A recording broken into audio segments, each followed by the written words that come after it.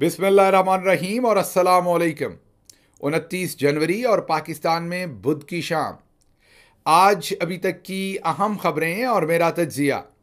सबसे पहली खबर आपके सामने इस्लामाबाद से, जहां पर आज अमरीकी अरबपति इन्वेस्टर्स पहुंचे हैं। जी हां, अमेरिका से बिलियनर्स इस्लामाबाद पहुंचे हैं और वो बड़ी इन्वेस्टमेंट्स करने जा रहे हैं। पाकिस्तान में दूध और शहद की नहरें बहेंगी और आज बातें की गई कि पाकिस्तान की जो इकॉनमी है उसको 1 ट्रिलियन पर लेकर जाया जाएगा। बहुत ही बड़े इन्वेस्टर थे। एक ही दिन में वो वजीर आजम से भी मिले, उन्होंने टाउट सहाफ़ियों को इंटरव्यूज़ भी दिए, लाइव ब्रॉडकास्ट चली, प्रेस कॉन्फ्रेंस चली। पाकिस्तान में जश्न का समा था। ऐसा लग रहा था कि वो जो SIFC से $100 अरब आना था, जिसका नतीजा बाद में शून्य निकला, वो तो छोड़ें, ये तो अब हज़ारों अरब डॉलर की बातें हो रही हैं। और वो भी अमेरिकी बिजनेसमैन खुद टेलीविजन पर आकर कर रहे हैं। ना सिर्फ वो हज़ारों अरब डॉलर की इन्वेस्टमेंट की बातें हो रही हैं, बल्कि वो ये भी बता रहे हैं कि रिचर्ड ग्रैनल कितना अहमक आदमी है या कितना कम अकल आदमी है, और डीप फेक और पता नहीं कौन कौन सी बातें हो रही हैं। मतलब जो जो ख्वाब में हमारे army chief general Asim Munir साहब देखते होंगे, वो ख्वाब की ताबीरें लेकर हमने को काफ से शहजादे तो सुने थे, और हमने बैंकॉक के शोले भी सुने थे, हमने राजगढ़ के डाकू भी सुने थे। इन सब नामों की फिल्में तो हमने देख रखी हैं। ये जो आज फिल्म चली है इस्लामाबाद में, ये आपने ना कभी सोची ना कभी आपने देखी। ये फिल्म चली है अमेरिकी अरबपति इन्वेस्टर्स जो ना सिर्फ इन्वेस्टमेंट ला रहे हैं, बल्कि वो पूरा बयानिया भी ला रहे हैं, जिसकी डेस्परेटली ज़रूरत है जनरल आसिम मुनीर और उनकी पूरी रजीम को। और वो डेस्परेट जो बयानिया है वो ये है कि अमेरिका में साड़ी गल हो गई है, और हमने रिचर्ड ग्रैनल को भी बेवकूफ़ बनाया था PTI ने, और अब उनको अकल आ गई है। अब उन्होंने तमाम ट्वीट्स डिलीट कर दिए हैं, आइंदा भी वो कोई ट्वीट नहीं करेंगे। और ट्रंप भी बिल्कुल हमारे हाथ में है, मामला बिल्कुल फिट है, मसला ही कोई नहीं है। पाकिस्तानी अवाम बिल्कुल परेशानी ना ले। और जिस तरीके से नवाज शरीफ और उनके भाई ने अपने सरों से पसीना साफ करते हुए, खून पसीने की कमाई थी आकर, चन्योट के नवाही इलाके से जो आपको गले हुए गंदे पाइप थे, लोहे के कहीं ज़मीन से दबे हुए पाइप निकाले थे, उसको हाथ में पकड़ के कहा था कि ये चन्योट से ज़ेरे ज़मीन सोना निकल आया है। चन्योट के लोगों ने जब ये खबर सुनी तो उन्होंने किस्तों पर वॉशिंग मशीन्स और पता नहीं क्या कुछ लिया। कई लोगों ने तो शादियों पर अजाफी पैसे फेंक दिए। चन्योट में ज़रा बोतलें खोलने का रवाज भी ज़्यादा है, तो कईयों ने देसी की जगह वलैती खोल दी कि चलें अब तो सोना निकल आया है। बहारें आ गई हैं चन्योट में, हमें किस चीज़ की परवाह। उसके बाद ना शहबाज शरीफ वहाँ रहे, ना नवाज शरीफ, और ना निकलता हुआ वो सोना। और कर्जा लेने वाले थे और चन्योट के लोग थे, और कर्जा लेने वाले पीछे पीछे और लोग आगे आगे। अब हाल ही में उनकी बेटी ने ये कहा है कि अटक के करीब से भी सोना निकल रहा है। अटक वालों में हाथ जोड़कर आपसे अपील करता हूं कि आपने ना ही चन्योट की तरह देसी की जगह वलैती खोल देनी है, और ना ही आपने कोई और काम करने। ये सोना शोना यहाँ से कोई नहीं निकलना। ये हमारे नंबर 1 हमें पिछले 77 साल से यही बताते आ रहे हैं। यहाँ से सोना निकल आया, यहाँ से चांदी निकल आई, यहाँ से तांबा निकल आया, लेकिन निकलते फिर कई लोगों के प्लॉट्स हैं, और कईयों को 6-6 हज़ार CC की गाड़ियाँ। जी हाँ, सीनियर तरीन फौजी अफसरान को रिटायरमेंट पर 6,000 CC तक की गाड़ियां जो हैं वो बगैर टैक्स, बगैर कस्टम के लेने की इजाज़त है। यह है असल जो सोना निकलता है, और यह है वो ज़मीन जो सोना निकलती है। लेकिन वो जो असल वाला सोना है वो बदकिस्मती से नहीं निकलता। वो रेकोडेक का भी कहानियों में और फाइलों में रह जाता है, और हम बेच के किसी और मुल्क को दाएं हाथ हो जाते हैं। पाकिस्तानियों को उसमें से भी अनफॉर्चुनेटली कुछ नहीं मिलना। बहरहाल वापस आते हैं। आज जो अरबपति बिजनेसमैन आए और जो फिल्म चलाई गई, अब फिल्म क्या चलाई गई पहले बता दूं, और फिर आपके सामने डिबंक करते हैं इस पूरी स्टोरी को। आपको ये पूरा फ्रॉड बताते हैं कि आज पाकिस्तानी कौम के साथ पाकिस्तान के टेलीविज़न, टाउट सहाफ़ियों ने, और सबसे बढ़कर पाकिस्तान की जो पीछे अशराफिया है, उन्होंने बैठकर क्या किया। एक खबर पहले और दे दूं कि ये जो अरबपति हैं, इनके बारे में यह खबर है कि इनकी army chief general Asim Munir साहब से भी मुलाकात हो चुकी है, तस्वीरें भी हो चुकी हैं, लेकिन उन तस्वीर और मुलाकातों को खुफिया रखा गया है, और अब देखा जाएगा माहौल क्या बनता है। फिर उस एतबार से उस मुलाकात की फुटेज छोड़ी जाएगी। उनसे मुलाकात के बाद ही उनकी मुलाकात जो है, ये मुबैना तौर पे कहूँगा क्योंकि अंदर से खबर आ रही है, 100% कंफर्म नहीं है ये खबर। जब होती है तो मैं आपको बताता हूँ। हम कम से कम वो वाला फ्रॉड आपसे नहीं करते जो ये करते हैं। तो बहरहाल हमारे पास सिस्टम में से खबर ये है कि इनकी आर्मी चीफ से मुलाकात हुई है, उसकी प्रेस रिलीज रोक के रखी गई है। पहले ज़रा हालात देखे जा रहे हैं कि ये फिल्म कितनी दूर तक चलती है, लेकिन फिल्म तो दूर तक ना चली। फिल्म का बेड़ा गर्क तो अहमद बड़ाइच और वकार खान और दूसरे लोगों ने विद इन फ्यू मिनट्स ही कर दिया। और ये पूरी की पूरी फिल्म जो है वो पर्दे पे चलने से पहले ही, मतलब दुल्हन बनने से पहले ही ये जो है वो विडो हो गई, ये पूरी की पूरी फिल्म। और आपके सामने पूरी तफसील रखेंगे, लेकिन पहले बता दें कि फिल्म चली क्या। फिल्म ये चली कि आज अचानक से एक अमरीकी जो है वो वफ्द पाकिस्तान पहुंच गया। ये खबरें पहले चलवाई गई, फिर चलवाई गई ट्रंप के करीबी आदमी जो है वो पाकिस्तान पहुंच गए। फिर ये खबरें चलवाई गई कि ट्रंप के दस्ते रास्त और करीबी दोस्त पाकिस्तान चले गए। फिर ये खबरें चलवाई गई कि अब अरबों डॉलर की इन्वेस्टमेंट होगी। फिर शहबाज शरीफ साहब के साथ तस्वीर चलवाई गई उस मीटिंग की। फिर उसके बाद बहुत सारे जो टाउट सहाफ़ी हैं उन्होंने ट्वीट दागने शुरू कर दिए कि अमेरिका से बड़े तगड़े लोग आ गए हैं और उन्होंने अरबों रुपए की इन्वेस्टमेंट करनी है। और फिर अचानक से पैंथरा बदला गया और तमाम फोकस रिचर्ड ग्रैनल पे कर लिया गया।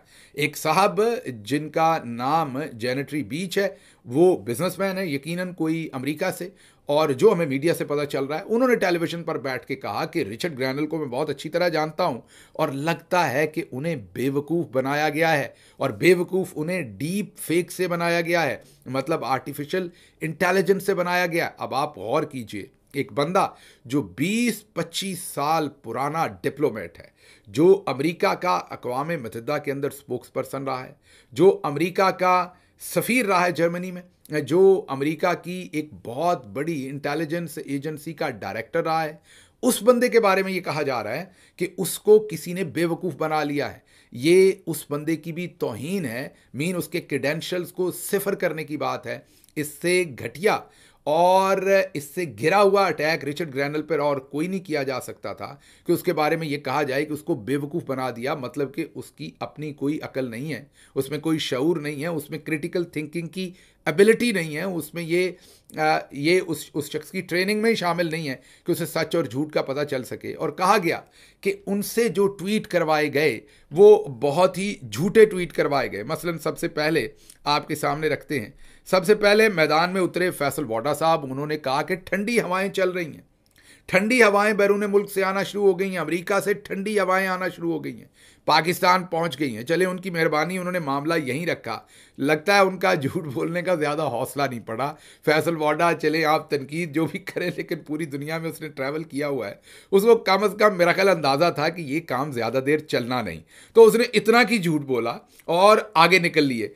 अब आगे जनाब जो फिर देसी साख्ता हमारे दोस्त हैं आमिर इलियास राणा, उन्होंने कहा कि आज सदर ट्रंप के करीबी बंदे की तरफ से पाकिस्तान के लिए मुस्बत पैगाम, खासकर पाकिस्तान में सरमायाकारी की ठोस यकीन दहानी और मफाहमत की याददाश्त की बजाय, मफाहमत की याददाश्त नहीं हो रही, हमारे देसी साख्ता दोस्त बता रहे हैं कि याददाश्त की बजाय मुआहदे करने की तफसीलात सामने आने वाली हैं। मीन चट मंगनी पट बया, सीधी खिच मेरी फोटो ते बटुए चला दे, मतलब कि कोई मुआहदा नहीं हो रहा, सीधी इन्वेस्टमेंट हो रही है। बल्ले बल्ले बल्ले, अल्लाह करे सब अमली तौर पर भी बहुत अच्छा होगा। मतलब देसी साख्ता को भी पता है कि अमली तौर पर और होता है और मंजर कशी और होती है, मजबूर है, नौकरी है।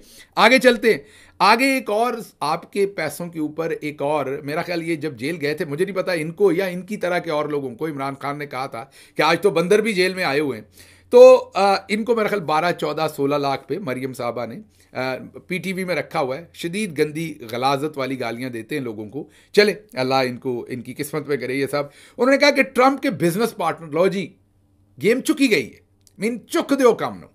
पाकिस्तान में ये जो चुक देने वाला काम है ना, ये तो वैसे भले इनको चुक पड़ जाए, लेकिन वो जो लोअर बैक पेन होती जैसे कहते हैं चुक पड़ गई, लेकिन उन्होंने काम चुक दिया है। उसने कहा कि ट्रंप के बिजनेस पार्टनर और पाकिस्तान का दौरा करने वाले अमेरिकी बिजनेसमैन जेनेटरी बीच का कहना है कि रिचर्ड ग्रैनल को यूथरो ने डीप फेक टेक्नोलॉजी के जरिए गुमराह किया।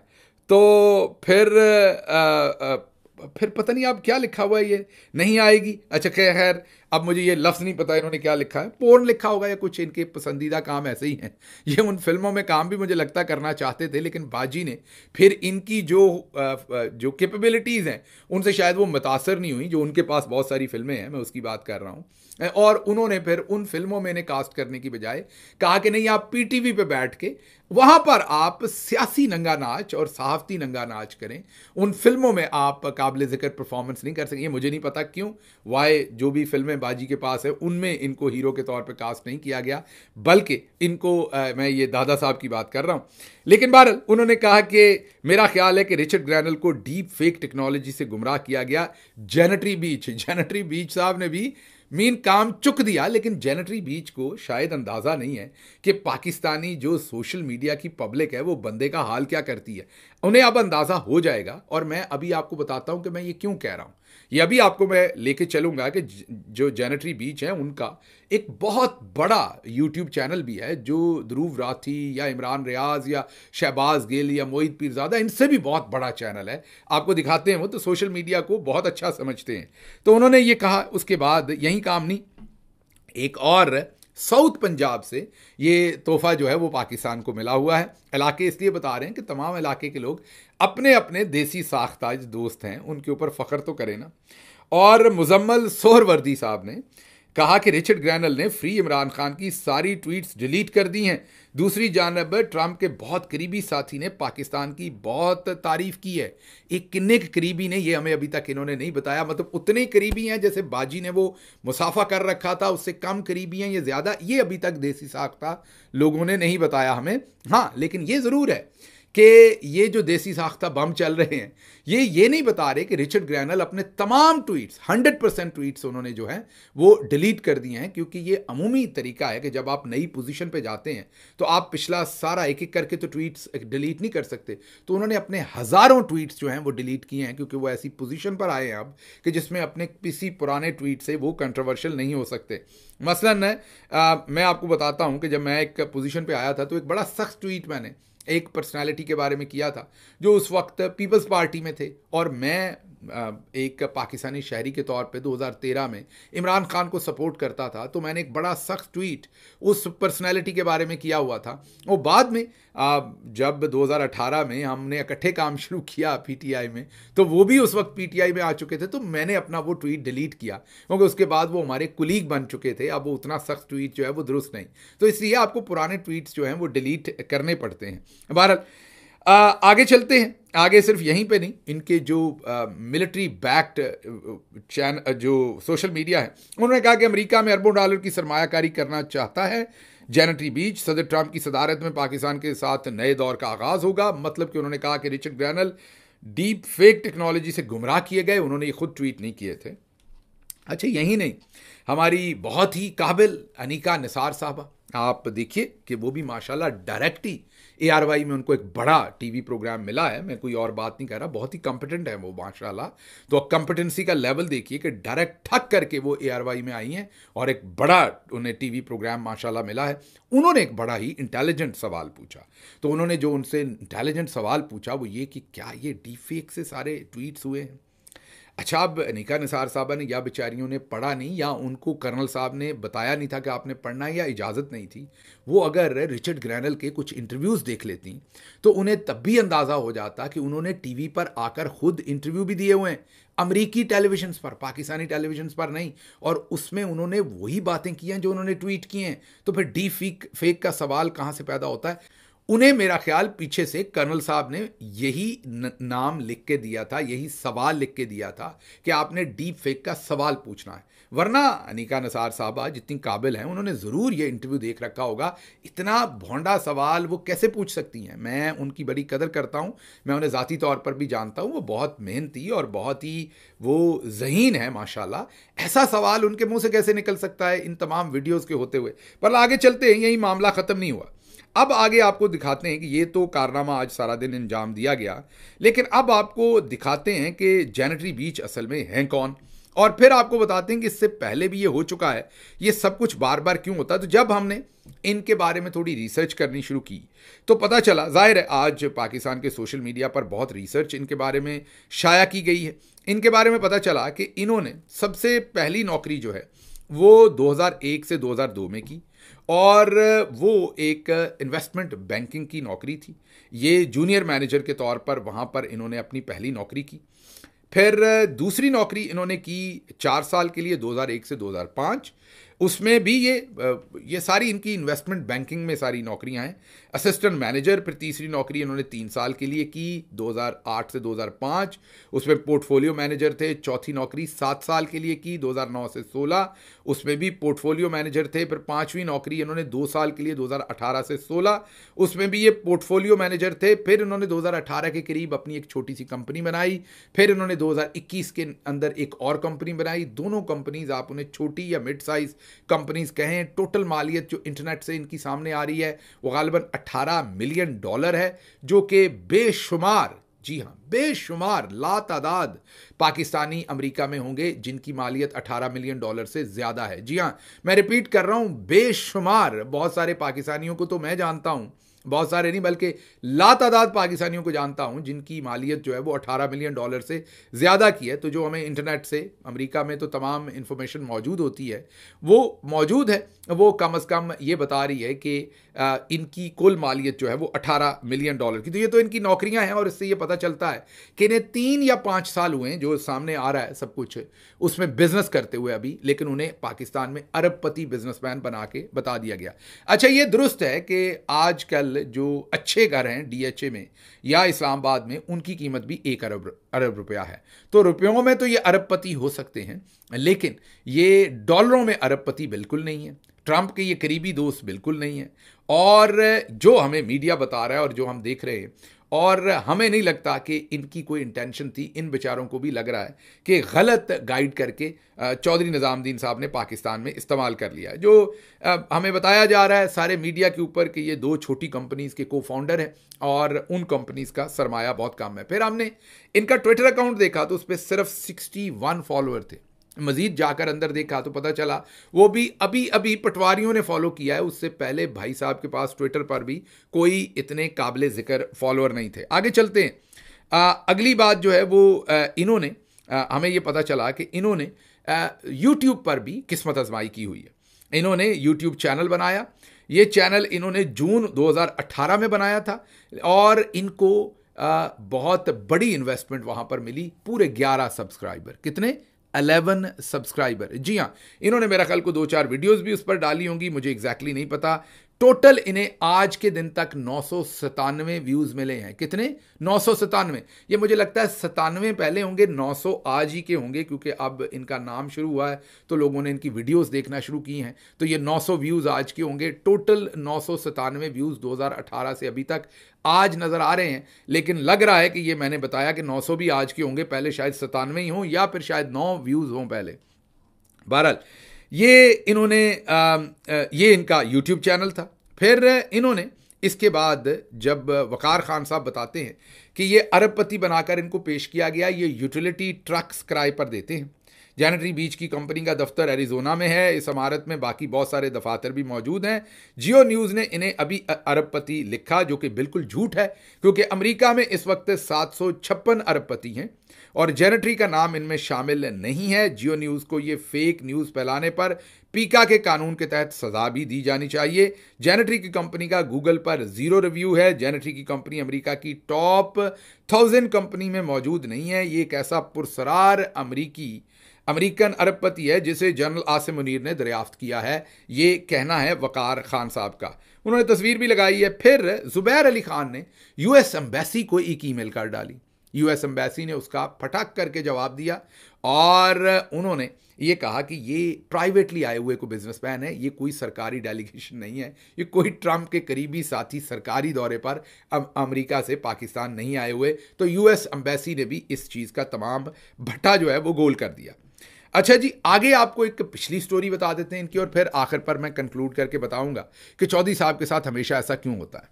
2016 में ट्रंप साहब ने हल्फ उठाना था, तो एक तंजीम ने, एक कंपनी ने, एक फोरम ने कहा कि ट्रंप के साथ अगर फ़ोटो वगैरह बनानी है, हाथ में लाना है, फ़ोटो बनवानी है, तो $5 लाख उसके उन्होंने डिमांड किए। ट्रंप के बेटों को भी डायरेक्टर्स ने शो किया कि वो भी इस कंपनी के डायरेक्टर हैं मतलब ट्रंप के बेटों को भी इसमें डायरेक्टर बनाया गया।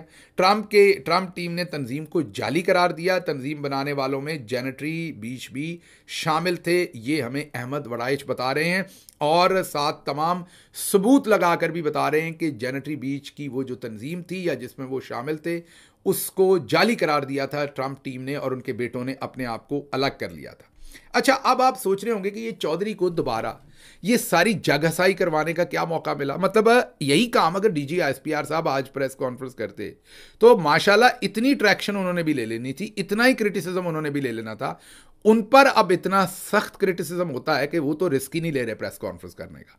उन्होंने कहा जी अब आप बेशक जेनेटरी बीच को लॉन्च करें, बेशक आप जिसको मर्जी करें, मैं प्रेस कॉन्फ्रेंस नहीं करनी। उनको तो अब घबराहट होती है प्रेस कॉन्फ्रेंस का नाम सुन के, क्योंकि उसके बाद जो अगले 5-6 दिन उनके साथ होता है वो बहुत बुरा होता है। लेकिन वो नहीं हो सकता अगर वो पेशा वराना बात करें, अगर वो सिर्फ मिलिट्री से रिलेटेड वो आके करते हैं सियासत, वो आके इमरान खान की मुखालिफ पार्टी बना के कभी लाल लकीर लगाते हैं, कभी इंतशारी कहते हैं, कभी ये कहते हैं, तो फिर कौम भी जवाब देती है।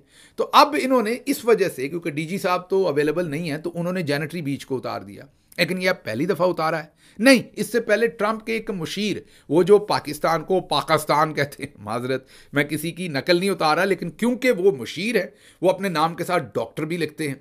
और ठीक है, हम देहातों में मंडी बहाउद्दीन में पैदा हुए हैं वो, और मैं फैसलाबाद में पैदा हुआ हूँ, हम देहाती हैं, उर्दू मीडियम से पढ़े हैं, हमारा मामला जो है वो अंग्रेज़ी का आगे पीछे हो जाता है, उसके लिए हमारी माजरत हमारी मादरी लैंग्वेज नहीं है। अब बताइए, हम उर्दू और पंजाबी तो ठीक ही बोल लेते हैं, तो इसलिए अगर अंग्रेज़ी हमारी आगे पीछे थोड़ी सी है भी तो कोई ऐसी हमें उस पर एम्बेरसमेंट नहीं होनी चाहिए। लेकिन मुझे हैरानी है वो भाई साहब की कि वो काफ़ी बड़े होकर गए थे, फिर उन्होंने बड़ी मेहनत की, टैक्सी चलाई उन्होंने न्यूयॉर्क के अंदर, उसके बाद उन्होंने अपने और कामकाज किए, वो मेहनत में कोई आर नहीं है, आप जो भी करें। लेकिन हैरानी है कि उन्हें अपने मुल्क का नाम नहीं लेना आता। वो पाकिस्तान नहीं कहते, उन्हें नहीं पता कि काफ के नीचे जेर है, वो पाकिस्तान कहते हैं। मुझे किस दिन, या फिर शायद खलार इतना ज़्यादा है कि उसमें से की साउंड ही नहीं निकलती, का ही निकलती। वो आपने छोटा बाजा और बड़ा बाजा देखा था ना, तो मुझे लगता है वो बाजा इतना बड़ा है। ये आपको अज़रा तफन्नन कह रहा हूँ, आप तारड़ साहब गुस्सा ना कर जाइएगा, आप बड़े मोहतरम हैं, मैं तो आपका एहतराम ही बहुत करता हूँ। तो वो मेरा ख्याल बाजा क्योंकि बड़ा है, तो उसमें से आप अंदर से तो की भेजते हैं, अंदर से आपका सिस्टम तो की पंच करता है कि आपने की कहना है। उस सिस्टम का खलार इतना बड़ा है कि वो पाकिस्तान निकल जाता है। तो कोई बात नहीं, दैट इज़ अंडरस्टैंडेबल। लेकिन उनको ट्रंप का मुशीर बनाकर यहाँ पेश किया गया और पूरे पाकिस्तान के टेलीविजन पर दे दनादन वो पाकिस्तान के जो सबसे खूबसूरत एंकर हैं, सबसे हैंडसम कामरान शाहिद साहब, अब बस दांतों का ख्याल नहीं करते, पान बहुत खाते हैं, तबाही मचा दी है, लेकिन वैसे बड़े हैंडसम हैं और अंदर ख्यालात भी बहुत उनके हैंडसम हैं, उनकी सोच भी बहुत हैंडसम है। लेकिन टेलीविजन पर जो सवालात करते हैं वो ज़रा दाएं बाएं चौधरी साहब के इन्फ्लुएंस में आगे पीछे निकल जाते हैं। अंदर से वो अच्छे इंसान हैं, लेकिन वो अच्छे इंसान को हमेशा दबा कर रखते हैं, उसे जीने नहीं देते। कामरान शाहिद के अंदर जो असल बंदा है ना, उसको वो खुल के सांस नहीं लेने देते कभी भी। कभी लेने दें तो वो सच बोल दें, और सच बोल दें तो यकीन करें अगले दिन उनकी नौकरी खत्म हो जाएगी जिस दिन वो सच बोल देंगे। लेकिन बहरहाल वापस आते हैं, साजिद तारड़ साहब को हर प्रोग्राम पर अपने बदामी, मेरे मुंह से कुछ गलत है, बदामी साहब, वसीम बदामी साहब जो हैं, हमारे दोस्त हैं, मोहतरम हैं, उनके शो के ऊपर मतलब के तबाही कर दी उन्होंने हर जगह पर पाकिस्तान वाले दोस्तों ने। और फिर आखिरकार उन्होंने इतनी तरथली मचा दी कि उन्होंने कहा कि ये रिचर्ड ग्रैनल का अकाउंट जो है ना, ये पत्तों की का कोई लौंडा लपाड़ा चलाता है। अभी तो डीप फेक की बातें हो रही हैं ना, उन्होंने सीधा ही पत्तों की पे और लौंडे लपाड़े पे डाल दिया। अच्छा, उन्होंने कहा कि बानी पीटीआई ने सीपैक को बंद कर दिया, ये भी साजिद तारड़ ने कहा। फिर उन्होंने कहा बकरे और जादू होता है, मतलब जैसे अब ये जो बीच साहब हैं, ये भी बीच से सीधे ही उठ के यहाँ आए हैं, जैसे ये आपको इन्वेस्टमेंट के साथ साथ रिचर्ड ग्रैनल और मतलब चौधरी की तमाम ख्वाहिशों की खबरें ये आपको दे रहे हैं ना। तारड़ साहब भी हर तरफ फायरिंग कर रहे थे, मतलब जो चौधरी साहब चाहते थे वो सब कुछ टेलीविजन पर बयान कर रहे थे। फिर उनका अंजाम क्या हुआ? फिर इन तमाम टेलीविजन के बाद उनका अंजाम ये हुआ कि उनको रिचर्ड ग्रैनल ने फोनी, मतलब कि फ्रॉड, धोखेबाज करार दे दिया और कहा कि ये बंदा सवाए झूठ के और कुछ नहीं बेच रहा। और फिर जब लोगों ने तहकीक की तो पता चला कि वो कभी ट्रंप की कैबिनेट के मेंबर नहीं रहे, वो झूठ बोल रहे हैं और सिर्फ वो ट्रैक्शन लेने के लिए कभी इजराइल के हक में ख़त लिख देते हैं मुसलमानों की तरफ से, उन्हें सपोर्ट कर देते हैं, कभी कुछ सिर्फ और सिर्फ लोगों से सताइश और ट्रैक्शन लेने के लिए। तो चौधरी साहब ने वो जो लॉन्च की थी वो फ्लॉप हो गई। अब चौधरी साहब की, साजिद तारड़ साहब की लॉन्च के बाद जो अगली लॉन्च चौधरी साहब ने की है, वो लॉन्च अब ये जो जैनेटरी बीच हैं इनकी की है। लेकिन साजिद तारड़ साहब 4-5 दिन निकाल गए थे। उनको जो जानने वाले लोग थे उन्होंने उनका एहतराम किया था, उनके ऊपर पहले ही उनका कच्चा चट्ठा मीडिया के अंदर नहीं रखा था, तो उन्होंने कोई 5-6 दिन मीडिया के ऊपर निकाल लिए थे। जैनेटरी बीच साहब के तो टोटल मेरा ख्याल है कि कोई 2 घंटे भी नहीं गुजरे, और अभी टेलीविज़न पर पट्टियाँ चल ही रही थी तो कि सोशल मीडिया पर लोगों ने टाउट सहाफ़ियों को भी और जैनेटरी बीच साहब को भी उधेड़ के रख दिया। तो अब आपको डेस्परेशन का इल्म पता चल गया। हमारे जो टॉप जर्नल्स हैं वो कितने डेस्परेट हैं कि बयानिया बनाने के लिए कैसे जालसाजी की जाती है, और टोटल झूठा बयानिया जो है वो पाकिस्तान के टेलीविजन पर लोगों को बैठाकर दिखाकर उनको गुमराह करने की कोशिश की जाती है। खबरें और भी थी, लेकिन टॉपिक इतना संजीदा था, इंटरेस्टिंग था, इतना वसीओ बलीग था। और फिर आपको पता है जब पाकिस्तान की बात हो तो फिर आपको ज़रूर पूरी तफसील के साथ लोगों के सामने सच रखना चाहिए। इसके साथ ही मुझे इजाज़त दीजिए। अल्लाह आपका हामी नासिर हो। पाकिस्तान जिंदाबाद।